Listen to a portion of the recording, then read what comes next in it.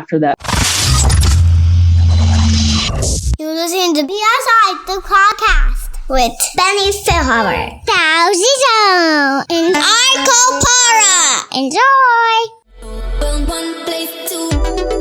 She's holding it. She can plead the fifth on this, but it won't count towards Ike's interrogation. I was thinking like an 8-year-old sang this. You guys are like, oh, okay. No, I was thinking about my 5-year-old, and I was like, when she's 8, is she gonna be able to do this? Welcome back to BSI, the podcast. We are on, I always forget, but I think it's episode 5 since we're doing 2 this week. Ike said it was okay, so we're doing 2 this week. And we're going to have Jess, Chronicles. We're gonna have Jessica McDonald on the show. World Cup champion. I won't forget it. World Cup champion, as Ike likes to remind me. I'm sure he'll remind me in the episode because I'll forget. From the national team, plays for North Carolina Courage. And I think she's got some pretty good stories. We're going to get into a little bit of different quick hitters. We're going to have it be coronavirus related, nothing negative in that sense, just some things that have been coming up on Twitter. And then, we'll go into her many teams that she played in NWSL, her national team career, the many sports that she played as a younger child and teenager. And then we'll get into the difficult questions with Ike. So are you guys ready for all this? Let's rock. Let's do it. Let's not waste any more time, and let's bring Jess McDonald onto the show. Thanks for coming on.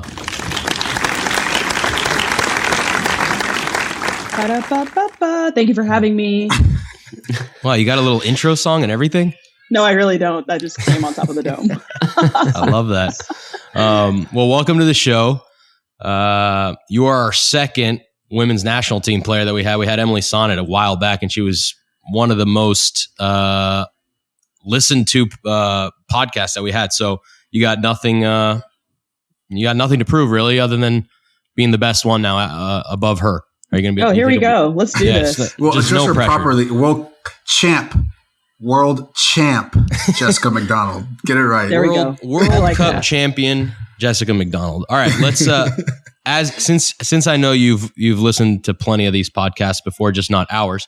I'll give you a little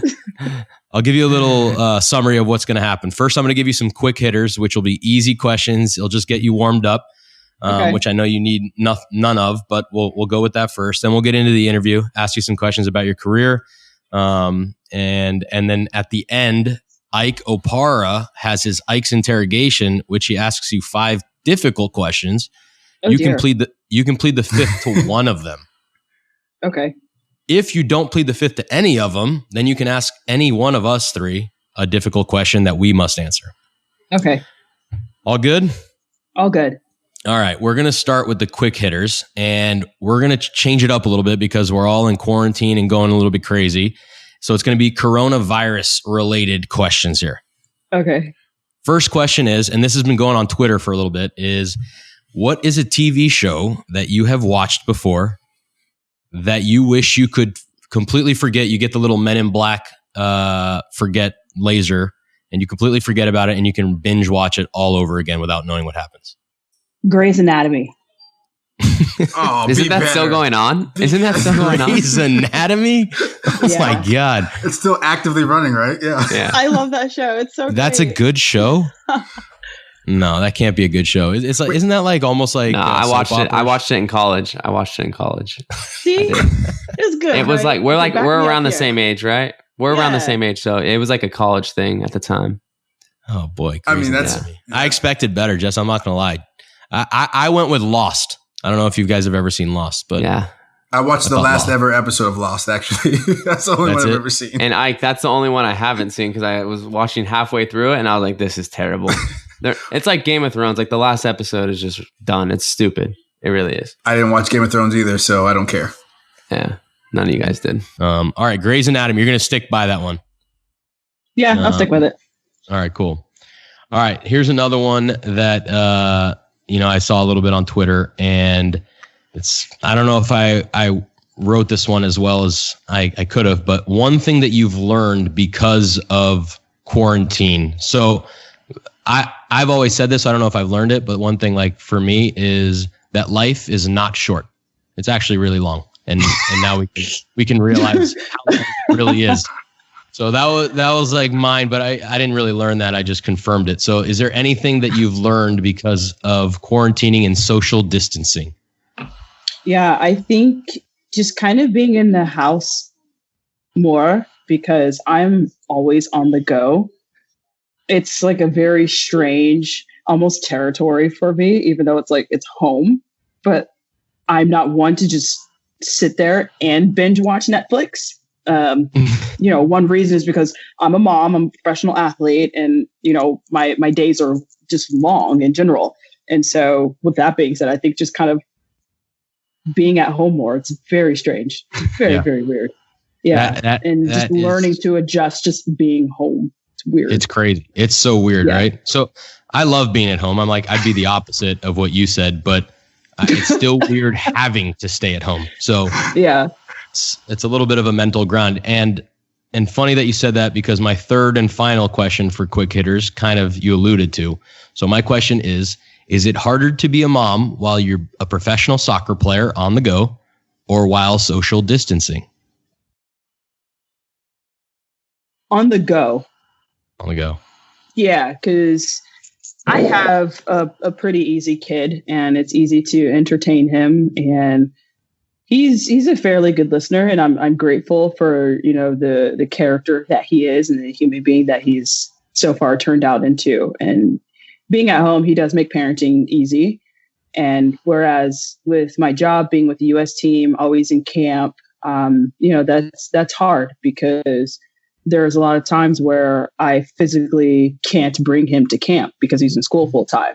So it's just missing those days without him. That's when it gets difficult for me, because he's part of my everyday routine. But when I have to distance myself from him for work, that's when it gets hard for me, emotionally wise. How old is your son?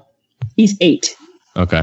Yeah. So me and Sal both have 3 kids. He has 3 daughters and I have 2 daughters and a son, and they're all younger though than your boy. And I can tell you from my perspective, I don't know about you, Sal, but it is harder to parent when everybody's at home the entire day, other than at least for me, for a father. I don't know about a mother, but for a father, like you get to kind of pick your moments and do fun things and then do parenting. And now it's just like the whole damn day I wrote down a schedule from like 8:30 to 8:30, what they're going to do the entire day in order to get through it. Cause the first day was just like, oh my God, there was toys on the wall. There was crayons, it was insane. So yeah, my schedule would have to be from 10 a.m. to 12:30 at night because that's when they go to bed. So they go to bed pretty at hectic. Past midnight? Yes, dude, it's crazy. How old? 5, 3.5, and 1.5. They're just on a really bad schedule. No, that sounds like it's a good schedule, actually. Yeah. So, no, I want to ask you: is it easier once they start going to school? Absolutely, because he's at school all day while I'm at training. Whereas beforehand, when he was more so a toddler or a baby, I'd come and get him at an earlier time because of daycare and things like that. Whereas he's in school all day before I have to be at training. And then he has his after school program that comes and picks him up from school. And he's there until pretty much as late as I really need for him to be with my schedule. Because as pro athletes, sometimes our schedule changes because of weather or coronavirus, who knows? So, we kind of had to roll with the punches with our career. So I think that since he's been in school full time, it's definitely helped with my own schedule. Yeah. So I think we're doing you this justice. I don't think people know, maybe not everyone, that you're a single mother. And that's different than what Benny and Sal experienced. Oh, no doubt. I didn't know that. I did not know that. A single mother. So she's a badass to be able to do this. So how does that work when you travel, and your kid stays in market? Do you have someone that looks after him? How does that whole thing work? Because I just don't understand how you're able to do it. Yeah. I set him a daily alarm clock to wake himself up, and, I put snacks in the fridge so he can feed himself. So, he's independent enough to take care of himself for a few weeks before I come home. At 8 years old, so he's pretty mature for his age and being able to take care of himself. And I was just waiting for you guys' reaction because I'm totally joking. So I was gonna. Well, my question was there grandma coming? Like, wait, hold on. I was a little like an 8-year-old sang this. You guys are like, oh, okay. No, I was thinking about my 5-year-old, and I was like, when she's 8, is she gonna be able to do all this? No, I'm kidding. So one cool thing that I have an incredible support system, and I'm sure you guys know I went to University of North Carolina, and I built a lot of relationships here. So North Carolina is sort of second home for me.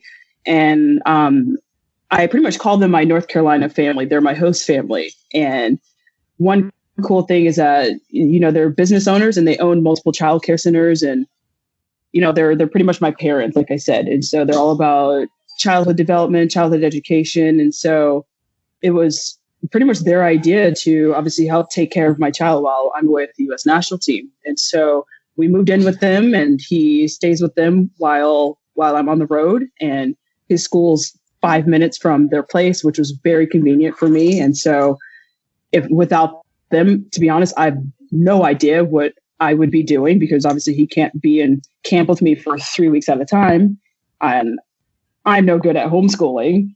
I don't know what I'm doing, teaching him math and reading and things like that. It's difficult if you're not a teacher and you haven't learned those types of things, but with that being said, it's been an amazing journey having them in my life, because they're literally family away from family. I don't have any blood relatives here, and just to have their support while I'm on the road, nothing but love for them, because I have no idea what I would literally be doing without them, because I literally have no other help here. So. Yeah, it's a while. It's weird to think, because you've been a pro for quite a while now, so you've had them at different stages in your career and at different places. I don't know what your situation was at a lot of those places, but I can't imagine it was great. When NWSL was starting up and how the whole thing was going on. I know now the situation is a lot better. Still needs to a long way to go, but absolutely, it was tough, because I got traded 6 times in the first 5 years in the NWSL.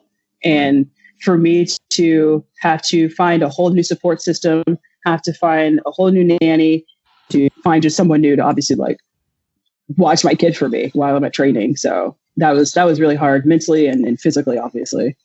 For sure. And trusting. Yeah, exactly. Your kid. So that's the hardest part, I think. Yeah. Find someone that you trust. Yeah. I was going to actually let Ike ask the first question, but he's already asked the first question since he knows you the best. And I kind of had one that kind of comes off of that a little bit. It's not as much about parenting, but it is about how much you moved and played in different, places. And so you played in Chicago, you played in Melbourne, Seattle, Portland, Houston, Western New York, and North Carolina now. And out of all those places, where was most home to you? Where did you love it the most, whether it be for soccer, whether it be for the support that you got, whether it be, just the city and the people that you met? What was your best stop, I guess? My best stop is North Carolina, hands down. Like I said, it's second home to me. I know people here, and just being able to play in front of my alma mater was just the cherry on top. So for my career to just bring me back here, I'm truly grateful and just blessed to be back here, because this is where I've been most comfortable in my career so far. And for this organization to keep me as long as they have, this is the first team that I've played for longer than one season. And, that's a big deal to me, first and foremost. And so for me, just to be here for 4 years since we've been an organization, I am truly grateful and comfortable just being here, especially with the support system I have, especially for my kid.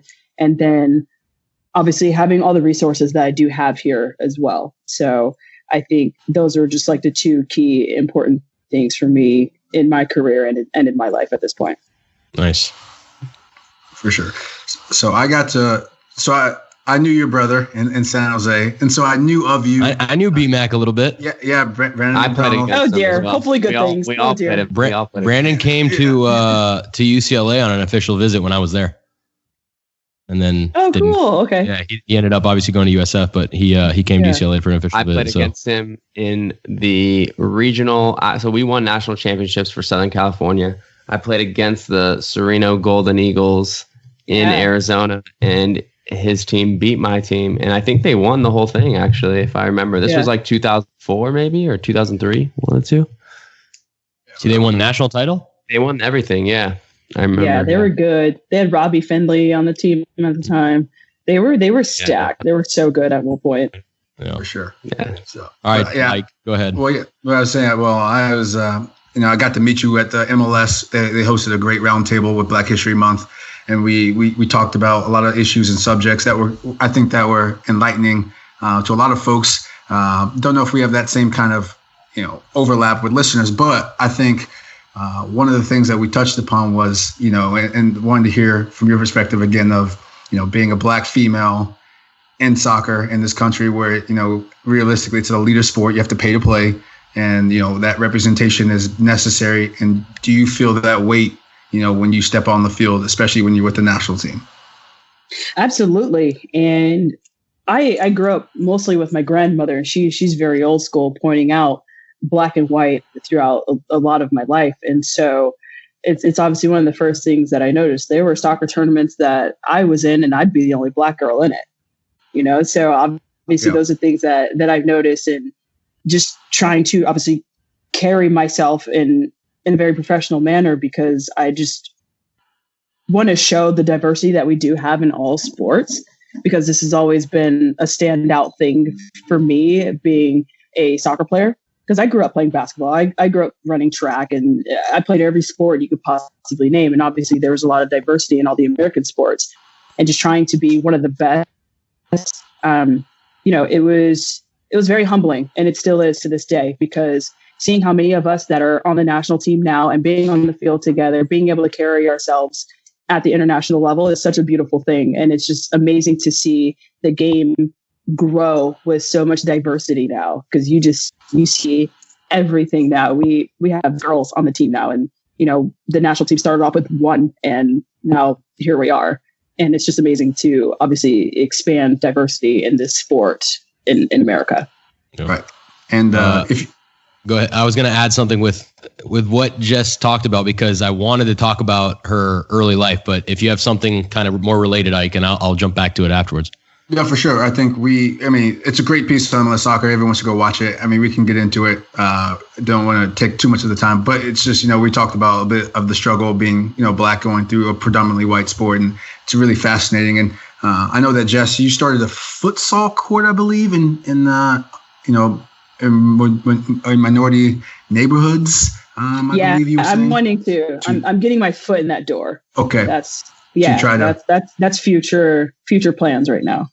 Dude, that's huge. That's how I grew up playing soccer. So I was born in Brazil, and that's all we have. We don't have grass fields anywhere, so until at least you're older. And so futsal is everything to develop like the technical skills and that side of it. And so, the U.S., that would be awesome. It's more of a poor sport in Brazil, and in the U.S. it's a rich sport. So that kind of, makes it more difficult. But I think futsal courts would be huge in developing, kids' skills right from the beginning. Absolutely. In different neighborhoods. Yeah. Yeah. So what I was going to ask you though was, and you kind of alluded to it a little bit, was you played all kinds of sports growing up, right? So you tell me if any of this is incorrect. I know you played basketball and you won state championship in basketball. Mm-hmm. You were you were track runner, and you were record holder and champion for 400 meters, and is this all accurate? Am I reading Wikipedia correctly? And the recent fun fact, she tweeted that she was once a quarterback for her grade school football team. She was a quarterback as well. Yes. So my question is this: you're obviously really talented at a lot of different sports, and it almost was soccer what you were most talented in, or is that something that you just loved more, or you wanted? I know you talked about how Brandon, you kind of wanted to follow in his footsteps a little bit, and maybe prove that you're just as good as him, or what was it that drove you to soccer and not anything else? Yeah, it was definitely my big brother Brandon. He had a huge impact on that decision. Soccer for him, since he was like 5 years old, was always just his sport. There's some people who have the privilege to be able to be a multi-sport athlete and are good at all of it. And there are some who are just good at one sport, and that's just their sport. And so for Brandon, it was always just soccer for him. Whereas for me, I was able to take advantage of just kind of dabbling into everything. Track and basketball, first and foremost, were my primary sports. And then I kind of came to an off season. My grandmother was like, look, you can play soccer like your brother Brandon. I'm like, okay, cool. Let's do this. I was 12 years old at the time, had my chance with youth national teams by the time I was 14. And so soccer started to show me around the world. I saw more opportunity with soccer, even though my success with other sports were almost merely the same. There weren't like youth national teams for basketball or track, but, being able to receive full scholarships in track and basketball were the same as soccer. But I just noticed that with my success in soccer and sort of where it was taking me, made me fall in love with it more than the other sports. And I was probably like a senior in high school where I was like, okay, this is really what I want to do. And even though I went to junior college first, I still ended up playing all three sports. But my primary focus was soccer at the time, even though I was playing three. And that was sort of where my tunnel vision was with soccer. And, Brand ended up making the MLS around the time. And I was like, yeah, this is definitely it. I'm going to continue his footsteps and sort of focus on this one sport. And I was 20 years old by the time I really made that decision to just solely focus on soccer. And so I was very grateful to have options, obviously, but here I am. Yeah, that's impressive considering I had to pick soccer when I was 4 years old in order to get as good as I am. So you get played like 6 sports until you're 20 and you're still as good as you are in soccer. That's right. I'm like, what you playing in college? You were playing multiple sports in college, or what? Yeah. I didn't know this. She's playing professional soccer. She was the professional Deion Sanders of she was the Deion Sanders of women's soccer. What do you got, Ike? I got a couple other ones, but you're the main shooter here. Well, yeah, we can get a little bit into the national team. Obviously your trajectory is a lot different. You're kind of like on my terms of you suffered some injuries and had to overcome a lot of adversity and from sports to end up making your way on the national team. I mean, it's weird to think about. You got traded 6 times or 5 times, you said, in 6 years, or 6 times in 5 years, and you're on the national team. It's like, wait, does that even happen? No. And you know what I mean? And so I can only imagine you never thought that you would have been, in that position to represent your country at a world stage and be a world champion. Do you look back and go, what happened? Literally. So it's so wild, because I was just talking to a friend just this afternoon, because like a lot of people have asked me over the past several months now, what's it like winning the World Cup? What's it like winning the World Cup? And I'm like, a lot of times my answer is actually like, I don't know. It hasn't like quite hit me yet. Up until one point, it was like mid-November. I was on the beach. I was on my very first vacation of my entire life, and sort of on the sabbatical pretty much. And it hit me. It all hit me, and all these emotions just hit me. I'm thinking back on my past, the injuries, all the trades, all the times I literally wanted to quit playing because of how difficult my life had gotten over time. Being a mom, scraping pennies in this league, and working full-time jobs, just everything just hit me. And I was just like, wow, this is what it feels like, and it was just happy tears, but almost like a sense of relief as well. I felt so relieved. Like I just finally able to relax my shoulders, just took a deep breath, and all these tears just started pouring down my face. And, I'm grateful. It still feels unreal because of all the opportunities that are coming my way, and just more and more resources, all the networking I've been able to do. I never even thought about the aftermath of even winning a World Cup. It's like, okay, yeah, my dream is to make the USA team. That's everybody's dream, probably in NWSL. And for it to come true for me, and it's been a crazy whirlwind, like I said. But when that dream came true, we won the World Cup. I just didn't think how it would be afterwards. Yeah. And it's been crazy, but like in such a good way, especially for my child. And yeah. You've earned it. That's for sure. Are you sober? Are you guys sober yet from the celebrations? Hey, then we don't need to discuss that right now. Yeah, well, we already got Emily Sonnet on the partying on the plane on the way home from France. So we've heard plenty of that. Well, we heard some crazy stories about Emily at the World Cup as well. What was it? Something about like not eating bread or eating bread every day. I can't remember what it was. Oh my gosh. No baguettes. Yeah, those baguettes, they're dangerous, man. They just kept bringing out loaves, just 12 loaves every meal. And it was 3 meals in a day, and snack time would come and there was baguettes. And I literally couldn't eat bread after that for months. And I still don't even think I've eaten a piece of bread except when I eat a sandwich. But that's as far as it's gone for me. Baguette overload. That's all I eat now. Bread and cream cheese, dude. It's crazy. That's all you. That's all you ever ate. That's all you ever ate. Wait, I was gonna ask. So obviously you had I would imagine a little bit of a different coming up through the ranks, right? So you went to junior college, then you went to UNC, you transferred there. Then, like you said so yourself, you got traded. I don't know how many different times. When did you feel like you kind of finally, found firm footing, I guess? What stop was it? Where did you feel like you had that success and now you could actually, kind of call your own shots as opposed to just get traded all over the place until you found yourself a little bit? So where was it? What team and how did you do? And when did you feel that? So I had gotten traded to Western New York Flash for 2016 season. And I was like, okay, so I signed this 1-year contract for that year. And I was like, okay, now I'm just going to take it 1 year at a time and just kind of see where this goes. Because even before that, I was still traded every single season leading to that day. And so I was like, okay, let me give this a try, because Paul Riley was going to become our head coach, and he was my head coach for Portland Thorns. And he's probably one of the best coaches still to this day that I've probably ever had. And so with that being said, I was like, yeah, you know what? Let me play for Paul Riley one more time and let's just kind of see where this goes. And we were the Western New York Flash in 2016.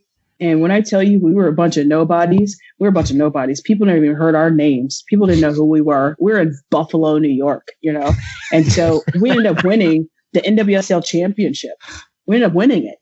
And people were just like, who is the Western New York Flash? Who are these girls? And so for us to have such a successful season from what our coaching staff went through and what they created us to be. And that was like, we were these underdogs, and we took that underdog mentality and we ran with it that season. And that was a great feeling. And that was like one of the best years I have felt. It was like, okay, here are my friends. I finally made some friends, and, the camaraderie is amazing on and off the field. Everyone's getting along. And so all that just sort of pieced together, all of our random strengths that we had, the talent that we had, everybody just had these random talents. And our coach, Paul Riley, was just able to put it together.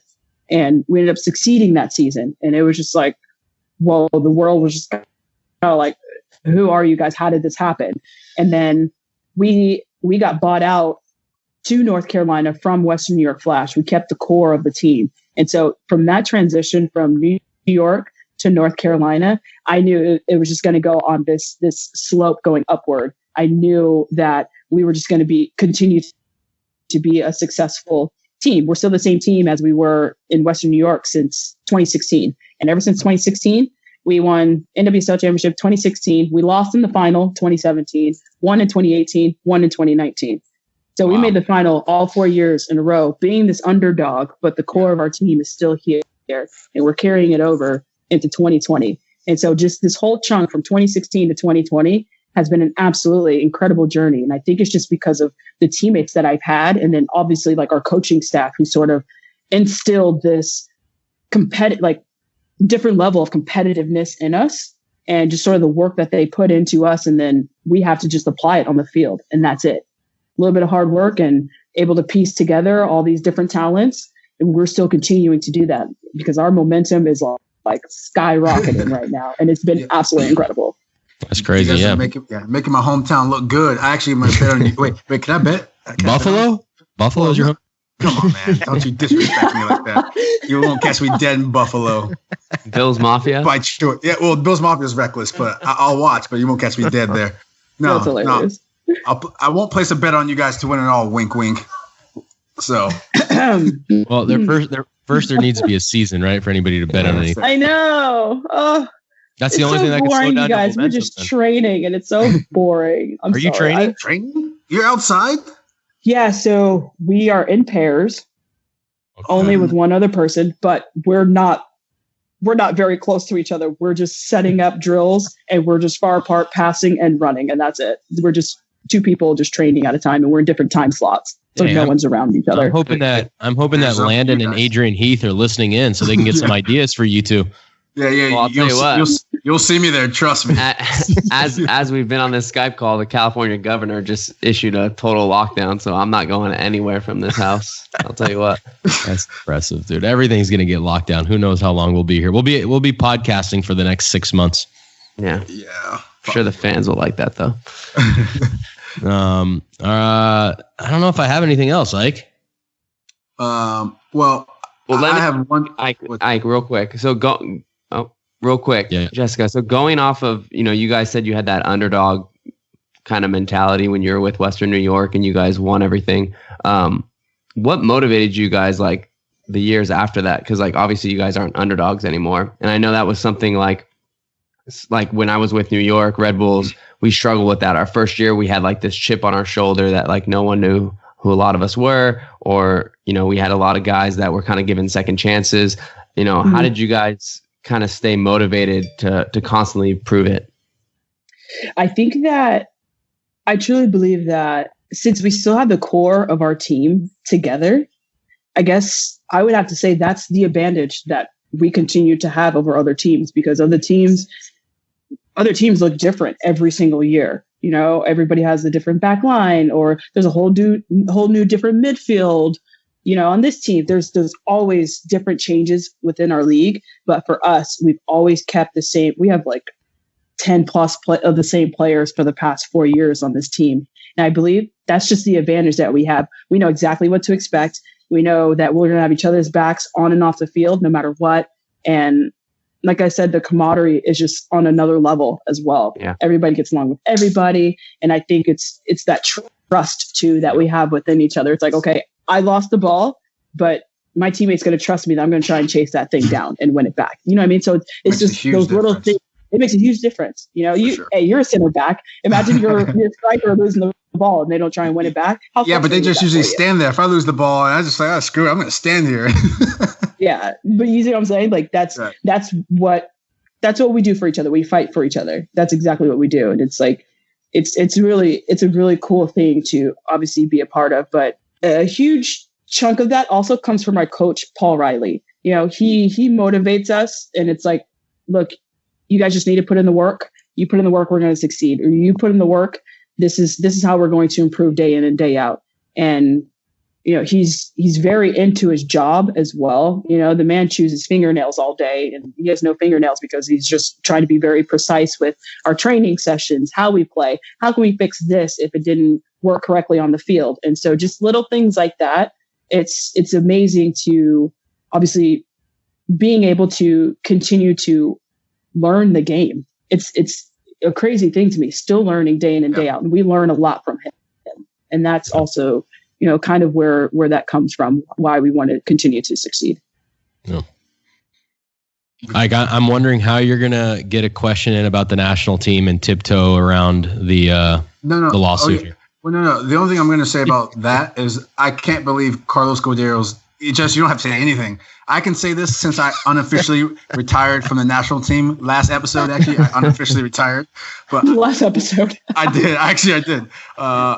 The audacity of this man to say that women are less skilled than men, I couldn't believe when that came. Like when I saw that, I'm thinking to myself, if not more skilled, like what?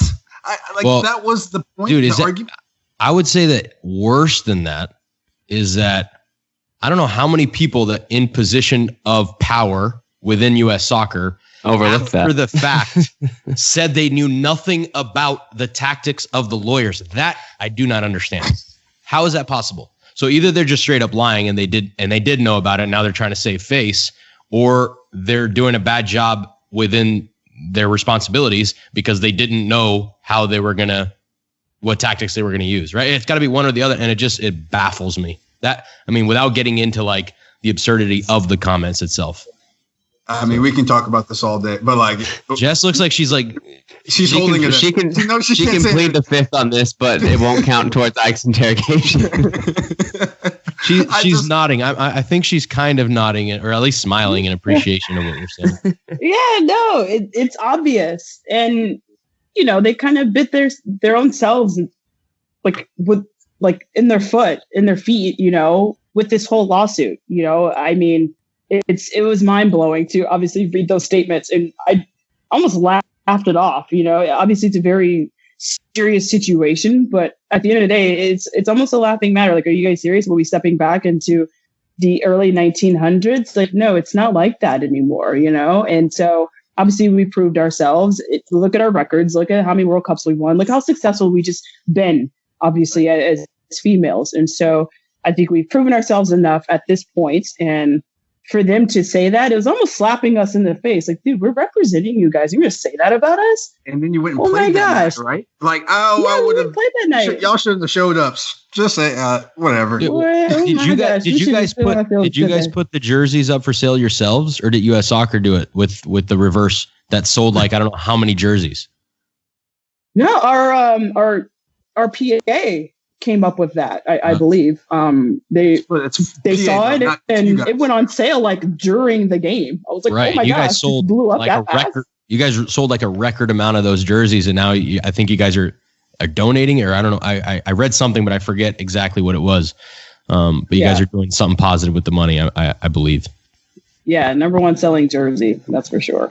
So cool. They're going to help out Benny's unemployment, I think. It does. I can go to better things than that. Well, at least in part, the men's team is trying to do their part to not look very good. So that's benefiting the women's team as well, even more. We can. No, okay. Here goes spokesperson for the men's national team, retiree Ike Opara. What were you going to say? Yeah, no, don't you dare. But I root for a national team. Players like, the organization, all that aside, players wise, I root for the national teams. So let's just be clear with that. But behind the scenes and all that nonsense, I can't fathom. No, you can't root for the suits. No chance. You can't root for the suits. Well, oh, come on, man. That ain't it, right? That's never been it. No. All right. We tiptoed enough around the edges here. Do we have anything else in terms of normal interview questions, or are we going to go into the nitty gritty? Nitty gritty.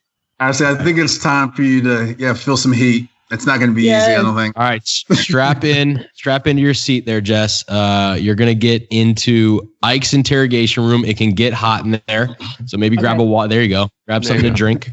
We all know that.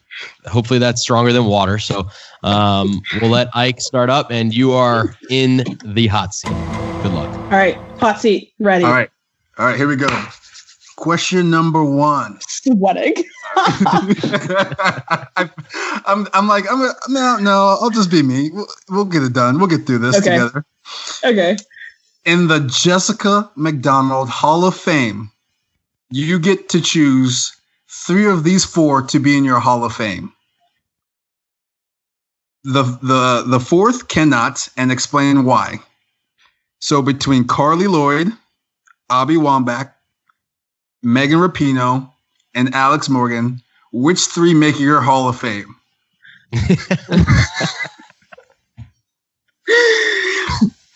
You get to plead the 5th on one question. I don't know if that's going to get you right off the bat.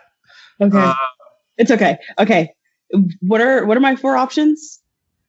Carly Lloyd, Abby Wambach, Megan Rapinoe, and Alex Morgan.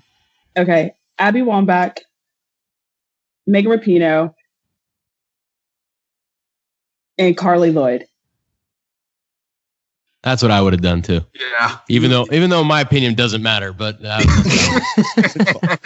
she's not your teammate, Alex, anymore. So you're good. You can't like the other three like unless you decided to not put Abby in there because maybe you didn't play with her. But I mean, well, they were all FIFA Player of the Year. That was yeah. That's the one up that they have on Alex. That's the one. Alex has this though. Yeah, she's got the T celebration. The T-sip celebration. All right. So bear with me on this. So those 4 names, add Hope Solo to the group. Okay. So in a best out of 7 series, those 5 against Brandy Chastain, Julie Foudy, Christine Lilly, Mia Hamm, and Brianna Scurry. Who wins a best out of 7? I know it's hard to compare generations, but who, in your honest opinion, would take it?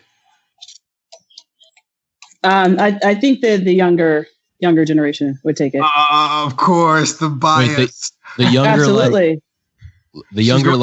The most recent team. Yes, most recent team. Yes, absolutely. Because, I mean, you have Hope Solo in goal. She's absolutely phenomenal. Not to take away from Brianna Scurry. Brianna Scurry was absolutely savage, obviously in her time, but I truly believe with the talent that we have, it's another level right now. It truly is. Okay. All right, Fair 2 enough. for 2, dude. You better ramp these up a little bit, or else she's gonna be asking something. I'm still sweating. Oh my gosh. Okay, well, I think you are going to plead the fifth on this third question. This is a fan question. Please tell me it's the one that Eno told. Yeah, it is. Oh, she's not going to plead the fifth on this if it's the one I'm thinking. Go ahead. I want to hear this one, though. Well, we'll see. Rank the talents of these husband of your teammates in their respective sports. Mr. Dom Dwyer, Zach Ertz, or Servando Carrasco, and Servando Carrasco, from first to worst. Zach Ertz, Servando, and Dom. Dom's the worst? Is Dom the least? Or was Dom the most? Dom must have been. Servando was the middle one. We can't change our minds now. Servando was. I didn't change my mind. I'm sticking with it. Dom's at the bottom. Oh, no, poor Dom, dude. We all played with him. He's a great guy. He's great. Great guy and husband and father. Retreat. Oh God, I'm sweating more. Oh dear. Well, I wore the wrong color shirt. Okay, next question. Jeez. Was there another who was it? There's another Dansby Swanson is the shortstop for the Braves. He's I was gonna say oh God, the guy that plays for the Pelicans. I know Lauren Chaney doesn't play anymore. Yeah. Drew Holiday. Drew. Did you play with Lauren Chaney? He's a beast. Yeah, he's a beast. Youth national team. I did, not on the full team. You could have added Drew Holiday, dude. I thought you were going to. I love me some Drew. He's good. Good, yeah, for sure. Right. Okay, question number 4. Of these clubs that you have played for, who do you never want to play for again? Houston Dash, Seattle Reign, Portland Thorns, or the Chicago Red Stars?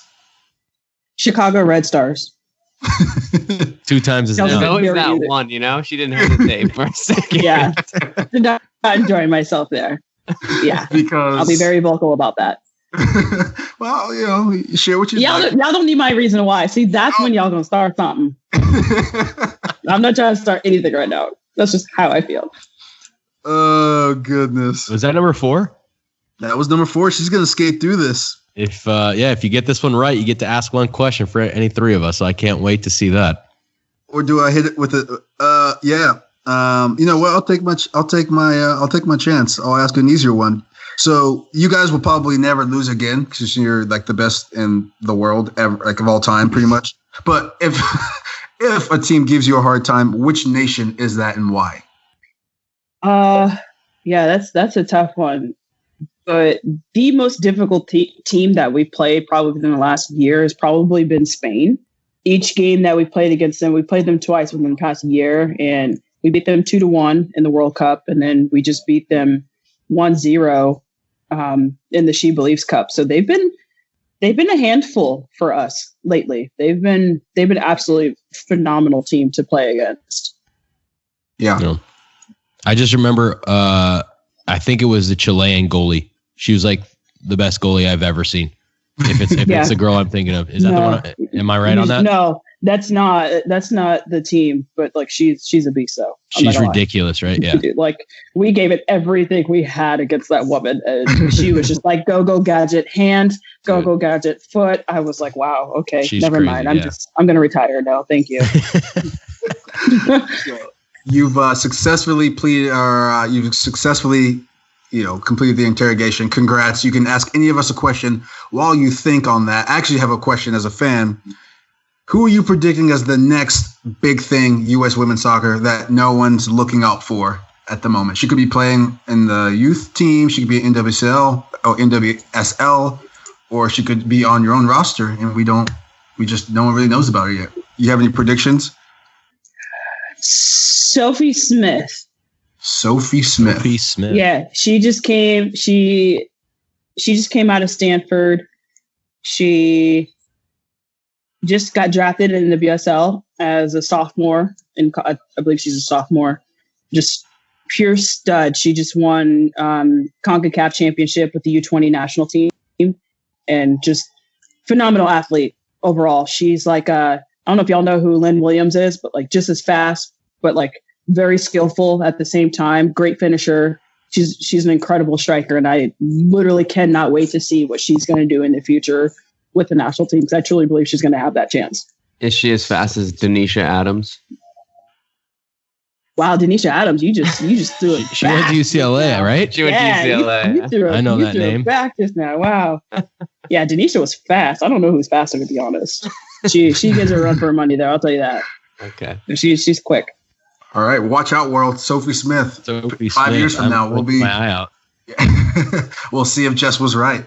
All right, you can ask a question to any of us that we must answer if you have one. If you want to pass, that's fine too. Nah, don't pass. Don't pass it. Okay, it's probably not a very difficult question, but it's very random, and it's a question for all of you guys. It should be an easy question for all of you. Okay.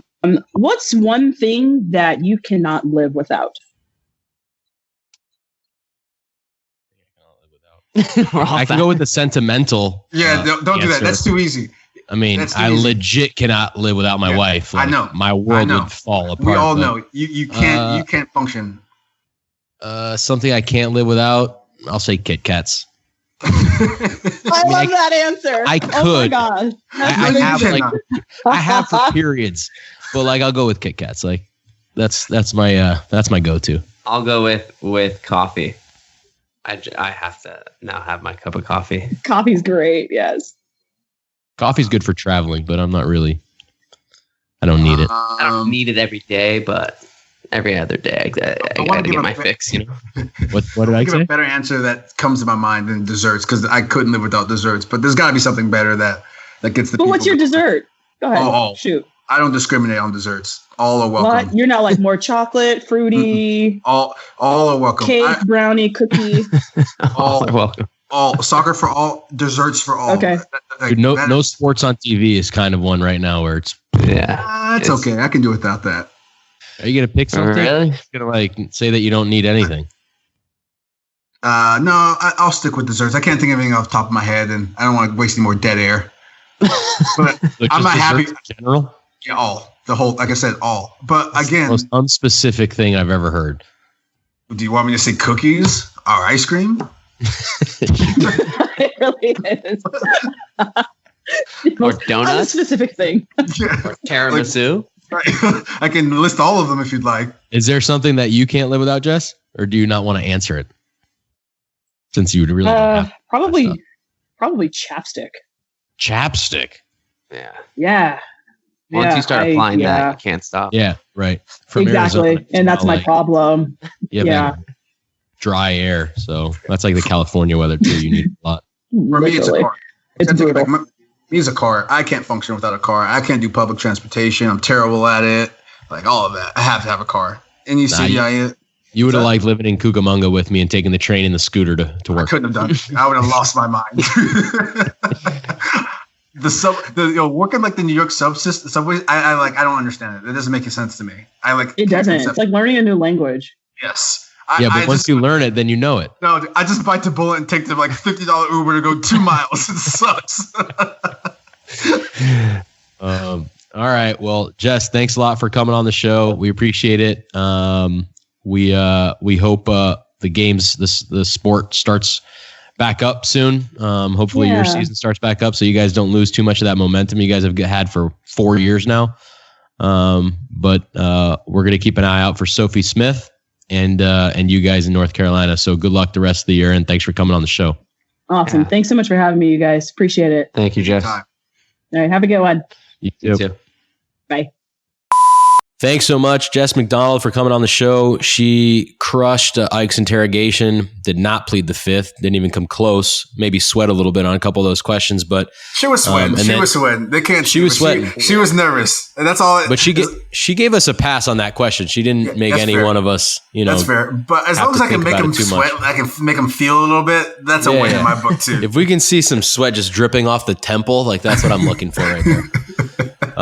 But yeah, so that was great. Love to hear from her and what her entire life as a single mom. I didn't know she was a single mom, which makes it even crazier. And thankfully she's had good support in North Carolina and in other places that she's been, but it's crazy. So it was very interesting to hear her story. And I'm glad she came on the show to talk with us about it. As always, where you can find us, we're streaming on iTunes, Google Play, Spotify, TuneIn, SoundCloud, YouTube, Stitcher, iHeartRadio, and Overcast. The email is BennySalThePodcast@gmail.com, where you can send all your questions, your concerns, how much you love the show, how much you hate it. You can tell us on there. And then our social platforms are at BSI the Podcast on Twitter, Facebook, and Instagram. And you can hashtag it as BSI the Podcast or hashtag Ike's Interrogation.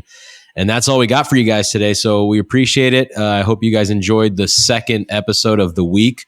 We got to make sure we keep getting those numbers up. So keep telling your friends of friends, and family members. And fans of the podcast, can you guys please tweet at Ike Opara and let him know how many you want per week?